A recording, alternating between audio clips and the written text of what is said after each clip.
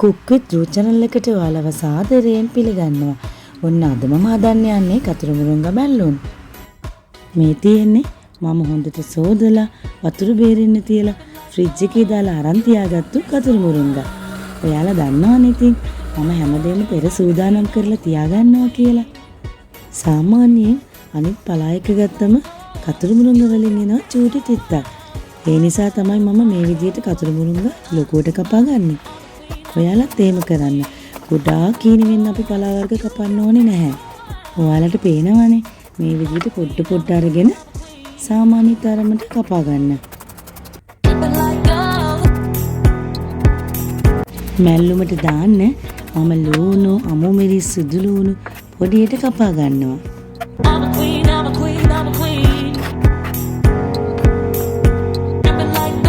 ඔන්න සුදු ලූණු දාන එක නම් අනිවාර්ය නැහැ. ඒ වුණාට ඉතින් ඔයාලත් මේ විදිහට හදලා බලන්නකෝ.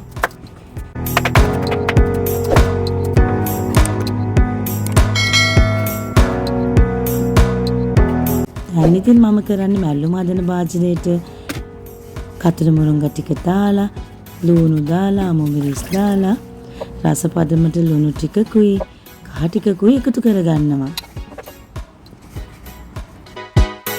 ඔයාලා දන්නවනේ පලා මැල්ලුමක් හදද්දී නැතුවම බැරි දෙයක් තමයි පොල්. මම ඇත්තටම කැමතියි කතර මුරුංගා මැල්ලුමට පොල් ටිකක් යහමින් දාගන්න. ඊට පස්සේ මේ විදියට ඇඟිලි තුඩු වලින් තද කරන්නේ නැතුව හොඳට කලවම් කරන්නයි තියෙන්නේ. මෙතනදී මම කතර මුරුංගා මැල්ලුමට වතුර චූට්ටක් එකතු කරනවා. වැඩි නෙමෙයි මේ සැහැන්දක් විතර. ඊට පස්සේ මේ විදියට කලවම් කරන්න ඕනේ.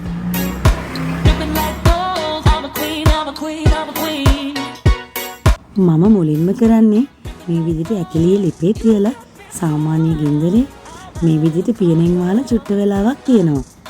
තප්පර 40ක් විතර වහලා තියාගන්න. මේ විදිහට අතුල පේන පියනක් පාවිච්චි කරනවා නම් ගොඩක් හොඳයි. එතකොට අපිට හුමාලේන එක හොඳට පේනවා. හුමාලේ මේ විදිහට උඩට එන්න ගත්තම අපි පියන අරින්න ඕනේ. දැන් ඉතින් මේ විදියට ඇඟිලිටක් අරගෙන විනාඩි 2ක් විතර කූරු ගන්න. මැල්ලුමක් වැඩි වෙලා ලිපේ තියාගන්න එපා.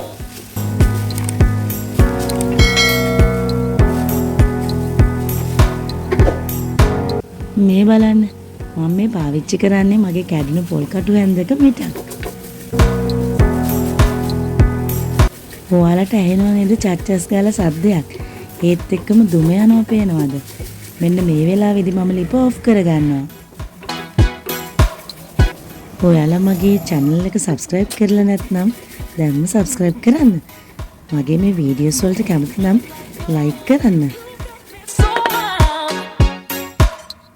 මෙන්න මේ දේ නම් ඔයාලා අනිවාර්යෙන් කරන්න ඕනේ.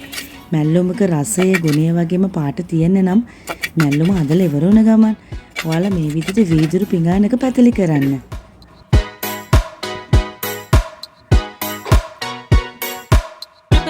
විනාඩි 5කින් විතර රසන ටිකක් අඩු වුණාට පස්සේ මේ විදියට දෙහි ටිකක් එකතු කරන්න. දැන් හොඳට හැඳි මිටින්ම කලවම් කරන්න.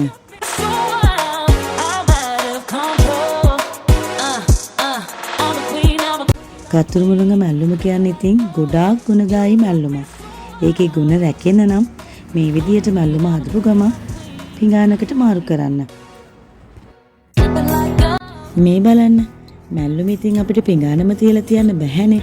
ඉතින් මම කරන්නේ මැල්ලුම ටික රස්නේ ගියාට පස්සේ දෙහිත් කලවම් කරාට පස්සේ අපි මැල්ලුම හදාගත්තු ඇතිලියටම ආපහු දා ගන්නවා.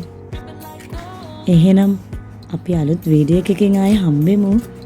ඔයාලට සුබ දවසක්.